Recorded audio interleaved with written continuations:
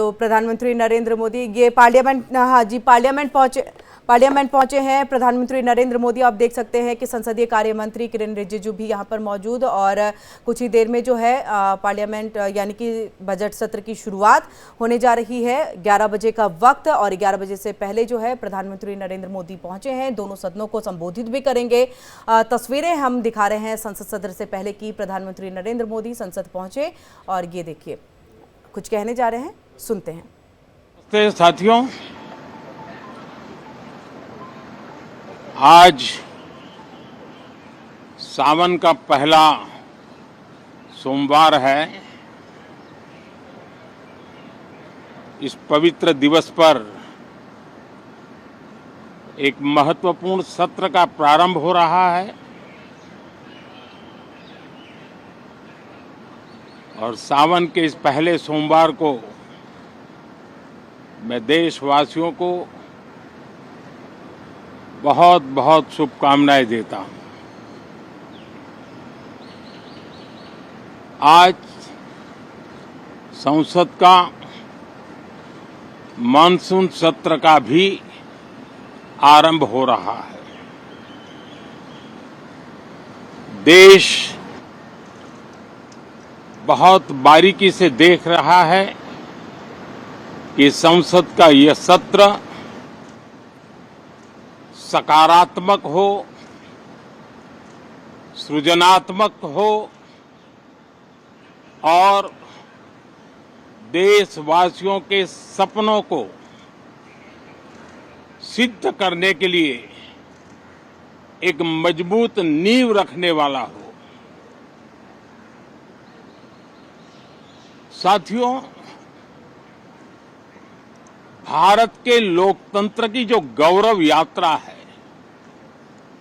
उसमें ये एक महत्वपूर्ण पड़ाव के रूप में मैं देख रहा हूं। व्यक्तिगत रूप से मुझे भी, हमारे सभी साथियों को भी ये अत्यंत गर्व का विषय है कि करीब 60 साल के बाद कोई सरकार तीसरी बार वापस आए और तीसरी पारी का पहला बजट रखने का सौभाग्य प्राप्त हो। ये भारत के लोकतंत्र की गौरव यात्रा की अत्यंत गरिमापूर्ण घटना के रूप में देश इसे देख रहा है। ये बजट सत्र है। मैं देशवासियों को जो गारंटी देता रहा हूं, क्रमशः रूप से उन गारंटियों को जमीन पर उतारना, इस लक्ष्य को लेकर के हम आगे बढ़ रहे हैं। ये बजट अमृतकाल का एक महत्वपूर्ण बजट है।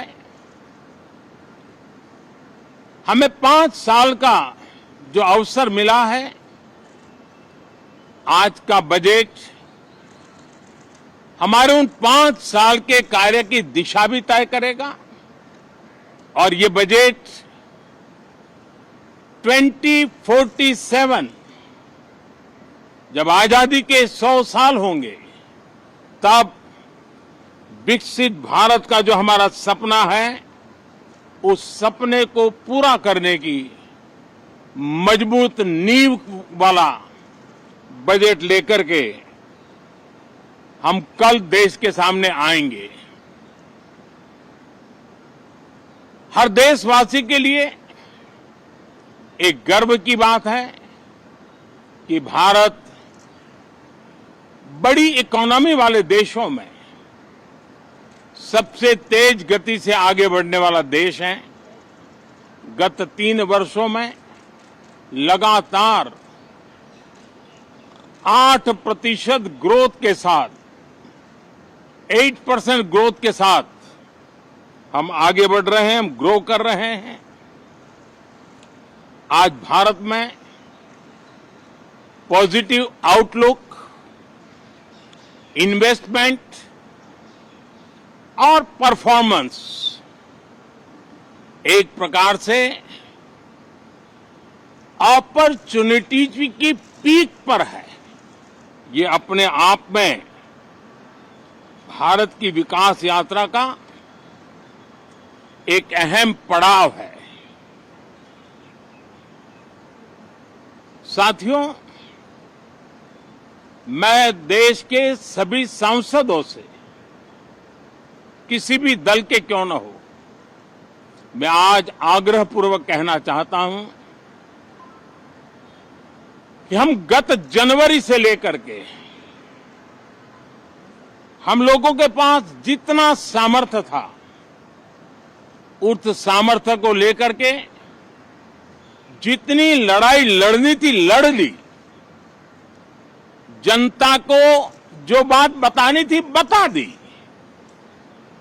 किसी ने राह दिखाने का प्रयास किया, किसी ने गुमराह करने का प्रयास किया, लेकिन अब वो दौर समाप्त हुआ। देशवासियों ने अपना निर्णय दे दिया।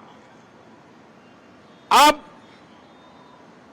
चुने हुए सभी सांसदों का कर्तव्य है, सभी राजनीतिक दलों की विशेष जिम्मेवारी है कि हमने दल के लिए जितनी लड़ाई लड़नी थी लड़ ली। अब आने वाले 5 वर्ष के लिए हमें देश के लिए लड़ना है, देश के लिए जूझना है, एक और नेक बनकर के जूझना है। मैं सभी राजनीतिक दलों से भी कहूंगा कि आइए हम आने वाले 4 साढ़े 4 साल दल से ऊपर उठ करके सिर्फ और सिर्फ देश को समर्पित होकर के संसद के इस गरिमापूर्ण मंच का हम उपयोग करें। जनवरी 29 जब चुनाव का वर्ष होगा, आप उसके बाद जाइए मैदान में, सदन का भी उपयोग करना है कर लीजिए। वो 6 महीने जो खेल खेलने खेल लीजिए, लेकिन तब तक सिर्फ और सिर्फ देश के गरीब, देश के किसान, देश के युवा, देश की महिलाएं, उनके सामर्थ्य के लिए, उनको एम्पावर करने के लिए जन भागीदारी का एक जन आंदोलन खड़ा कर करके 2047 के सपने को पूरा करने के लिए हम पूरी ताकत लगाए। मुझे आज बहुत दुख के साथ कहना है कि 2014 के बाद कोई सांसद 5 साल के लिए आए, कुछ सांसदों को 10 साल के लिए मौका मिला, लेकिन बहुत से सांसद ऐसे थे जिनको अपने क्षेत्र की बात करने का अवसर नहीं मिला, अपने विचारों से संसद को समृद्ध करने का अवसर नहीं मिला, क्योंकि कुछ दलों की नकारात्मक राजनीति ने देश के संसद के महत्वपूर्ण समय को एक प्रकार से अपनी राजनीतिक विफलताओं को ढांकने के लिए दुरुपयोग किया। मैं सभी दलों से आग्रहपूर्वक कहता हूं कि कम से कम जो पहली बार सदन में आए हैं, ऐसे बहुत बड़ी संख्या में हमारे माननीय सांसद हैं और सभी दल में हैं, उनको अवसर दीजिए, चर्चा में उनके विचारों को प्रकट करने का मौका दीजिए, ज्यादा से ज्यादा लोगों को आगे आने का अवसर दीजिए। और आपने देखा होगा कि पार्लियामेंट के नए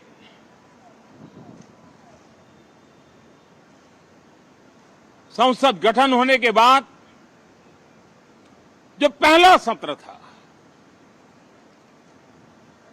140 करोड़ देशवासियों ने बहुमत के साथ जिस सरकार को सेवा करने का हुक्म किया है देशवासियों ने, उसकी आवाज को कुचलने का अलोकतांत्रिक प्रयास हुआ। 2.5 घंटे तक देश के प्रधानमंत्री का गला घोंटने का, उनकी आवाज को रोकने का, उनकी आवाज को दबाने का लोकतांत्रिक परंपराओं में कोई स्थान नहीं हो सकता है और इसका कोई पश्चाताप तक नहीं है, दिल में दर्द तक नहीं है। मैं आज आग्रहपूर्वक कहना चाहता हूं, देशवासियों ने हमें यहां देश के लिए भेजा है, दल के लिए नहीं भेजा है। ये सदन दल के लिए नहीं, ये सदन देश के लिए है। ये सदन सांसदों तक की सीमा तक नहीं है, 140 करोड़ देशवासियों की एक विराट सीमा करके लिए है। मैं विश्वास करता हूं कि हमारे सभी माननीय सांसद पूरी तैयारी के साथ चर्चा को समृद्ध करेंगे। कितने ही विरुद्ध विचार होंगे, विरुद्ध विचार बुरे नहीं होते हैं, नकारात्मक विचार बुरे होते हैं। जहां सोचने की सीमाएं समाप्त हो जाती है, देश को नकारात्मकता की जरूरत नहीं है। देश को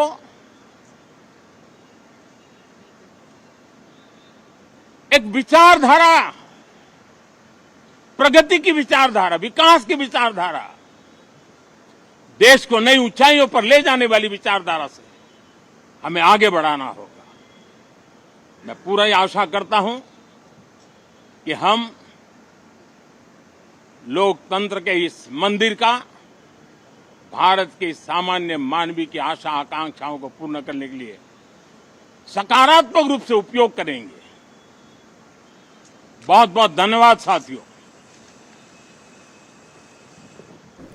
तो सुना आपने यहाँ पर प्रधानमंत्री नरेंद्र मोदी को ये एक्सक्लूसिव तस्वीरें हम आपको संसद की दिखा रहे हैं, जहाँ पर प्रधानमंत्री नरेंद्र मोदी पहुंचे, उन्होंने संबोधित किया और उन्होंने सीधे तौर पे ये कहा कि मैं अपने बाकी विपक्षी दलों से भी यही सहयोग चाहता हूं कि संसद के अंदर में एक अच्छी बहस होने दे, बातचीत होने दे और काम होने दे। विचारधारा बहुत ज़रूरी है, लेकिन नकारात्मक विचारधारा की यहाँ पर कोई जगह नहीं है। इसके साथ ही उन्होंने कहा है कि चुनाव खत्म हो चुका है, दल के लिए जितना काम करना था आपने कर लिया है और अब आप देश के लिए काम करिए। तो हर दल को अपने दल से ऊपर आकर के, अपनी पार्टी से ऊपर आकर के काम करने की जरूरत है और देश को अपने आप को समर्पित करने की यहाँ पर जरूरत है। आपको बता दें कि अब से कुछ ही देर के बाद जो है तकरीबन 2:30 बजे आर्थिक सर्वेक्षण वित्त मंत्री निर्मला सीतारमण पेश करेंगी। उससे पहले दोनों सदनों में प्रधानमंत्री संबोधित करेंगे। और चलिए एक बार फिर से हम सुनाते हैं कि प्रधानमंत्री नरेंद्र मोदी ने क्या कुछ कहा। साथियों, भारत के लोकतंत्र की जो गौरव यात्रा है, उसमें ये एक महत्वपूर्ण पड़ाव के रूप में मैं देख रहा हूं। व्यक्तिगत रूप से मुझे भी, हमारे सभी साथियों को भी ये अत्यंत गर्व का विषय है कि करीब 60 साल के बाद कोई सरकार तीसरी बार वापस आए और तीसरी पारी का पहला बजट रखने का सौभाग्य प्राप्त हो। ये भारत के लोकतंत्र की गौरव यात्रा की अत्यंत गरिमापूर्ण घटना के रूप में देश इसे देख रहा है। आज सावन का पहला सोमवार है। इस पवित्र दिवस पर एक महत्वपूर्ण सत्र का प्रारंभ हो रहा है और सावन के इस पहले सोमवार को मैं देशवासियों को बहुत बहुत शुभकामनाएं देता हूं। आज संसद का मानसून सत्र का भी आरंभ हो रहा है। देश बहुत बारीकी से देख रहा है कि संसद का यह सत्र सकारात्मक हो, सृजनात्मक हो और देशवासियों के सपनों को सिद्ध करने के लिए एक मजबूत नींव रखने वाला हो। ये बजट सत्र है। मैं देशवासियों को जो गारंटी देता रहा हूं, क्रमशः रूप से उन गारंटियों को जमीन पर उतारना, इस लक्ष्य को लेकर के हम आगे बढ़ रहे हैं। ये बजट अमृतकाल का एक महत्वपूर्ण बजट है। हमें 5 साल का जो अवसर मिला है, आज का बजट हमारे उन 5 साल के कार्य की दिशा भी तय करेगा। और ये बजट 2047 जब आजादी के 100 साल होंगे, तब विकसित भारत का जो हमारा सपना है, उस सपने को पूरा करने की। तो हमारे साथ यहाँ पर पॉलिटिकल एडिटर रजत राकेश टंडन जो हैं वो जुड़ चुके हैं, उनसे हम बातचीत कर लेते हैं। रजत, जिस तरह से प्रधानमंत्री नरेंद्र मोदी ने अभी संबोधित किया और जनता को संबोधित करते हुए उन्होंने सीधे तौर पे कहा और एक तरह से कहें तो विपक्षी दलों से सहयोग भी मांगा है कि आप अपोजिशन में हैं, आपका सहयोग बहुत महत्वपूर्ण है। हम तीसरी बार जो है इसको लेकर के आ रहे हैं और बजट को पेश करने जा रहे हैं। हमारी तीसरी पारी में पहला बजट है जो हम पेश करेंगे और सबकी निगाहें इस पर जुड़ी हुई हैं। अपनी बातों में कई बातें उन्होंने कही हैं। हम चाहेंगे कि क्या संदेश एक अपोजिशन पार्टी को देने की कोशिश प्रधानमंत्री ने अपनी बातों के जरिए की।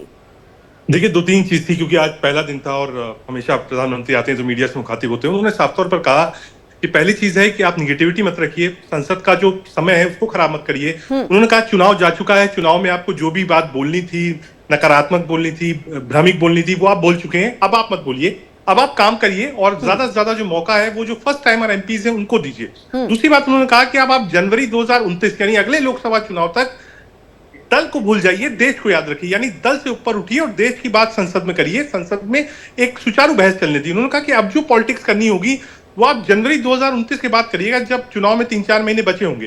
अभी फिलहाल इस काम को आप मत करिए और यहाँ पर आइए और देश के बारे में सोचिए, देश के काम के लिए करिए। सदन नकारात्मक रूप से मत चलाइए, सदन का समय जो है वो नष्ट मत करिए। कहा ये जो सरकार है ये पहली बार ऐसा है कि तीसरी बार आई है और तीसरी बार बजट पेश करने कल जा रही है। तो एक इन्होंने अपील करी है और एक आईना भी दिखाया है विपक्ष को कि विपक्ष इस बात को समझे कि सदन जो है वो देश के लिए है और दल से ऊपर उठकर, दल की राजनीति से ऊपर उठकर देश के बारे में सोचने के लिए। जी बिल्कुल।